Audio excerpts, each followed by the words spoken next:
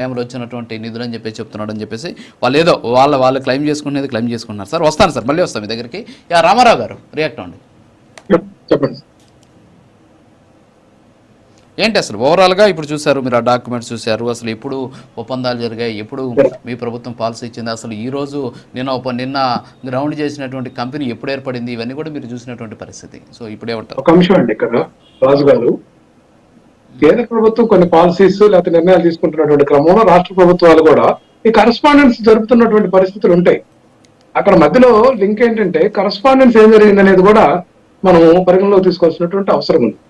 ఆ క్రమంలో ఈ గ్రీన్ అమోనియా ప్రాజెక్ట్ కానీ ఈ గూగుల్ డేటా సెంటర్ కానీ అన్ని కూడా పరస్పరం జరుగుతున్నటువంటి కరస్పాండెన్స్ లో జరుగుతున్నటువంటి అంశాలుగా మనం ఏం జరిగింది అనేది అది లేదనమాట. అది లింక్ అనేది అది కూడా చేసుకుంటే కానీ మనకు క్లారిటీ రాదు అనేటువంటి అంశం నేను చెప్పగలను.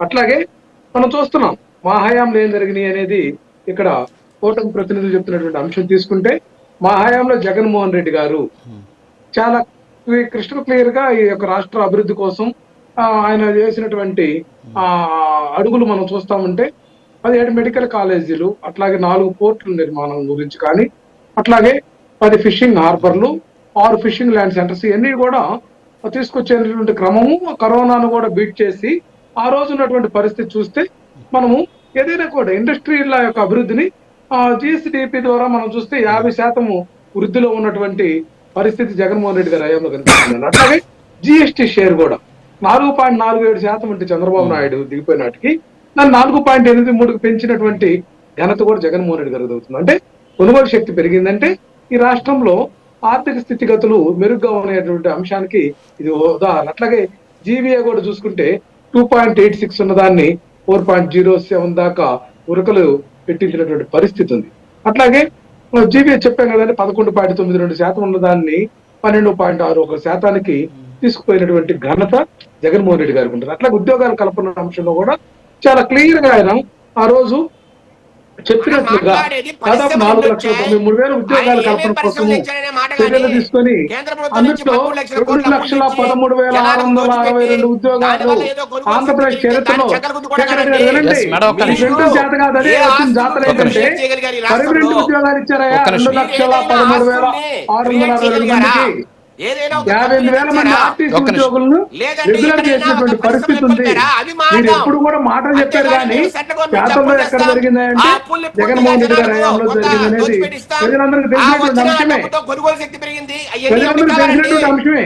మీరు ఊగోతప్పుడు అబద్ధాలతోటి, మీరు ఊగోతప్పుడు రాద్ధాంతంతో, మీ దబాయింపులతోటి మాట్లాడితే కుదరదు. ఇక్కడ జగన్మోహన్ రెడ్డి గారు చేసినటువంటిది అంతా కూడా గా ఉందండి రాజుగారు.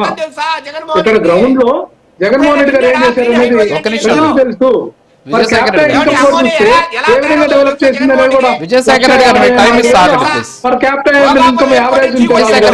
దాన్ని 2,00,13,662 కాదని చెప్పి సందర్భంగా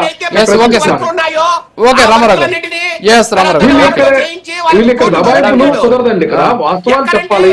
మీరు చెప్పారు దాన్ని నేను వివరించాను. మీరు ఏదైనా ఉంటే మీరు చేసిన మంచి నేను చెప్పండి.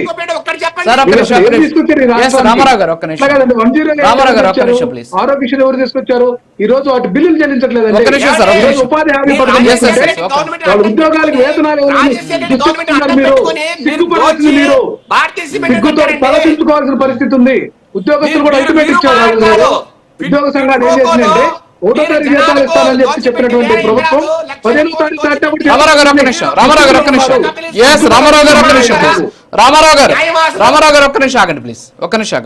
ఒక్క నిమిషం ఆగండి. ఇప్పుడు ఒకటి విజయసాగర్ రెడ్డి గారు మీ ప్రభుత్వ హయాంలో ఏం తీసుకొచ్చారు, మేము ఇవన్నీ తీసుకొచ్చామని చెప్పేసి రామారావు గారు ఒక లిస్ట్ చెప్పారు. ఏంటి మీ దగ్గర ఆన్సర్ ఉందా? ఏమంటే మా దగ్గర మేము కూడా మా 2014 నుంచి 19 మధ్యలో నాకు తెలిసినంత వరకు 200 పైగా large and medium scale industries వచ్చాయి. దాని ద్వారా 93,000 జాబ్స్ క్రియేట్ అయ్యాయి ఈ రాష్ట్రంలో.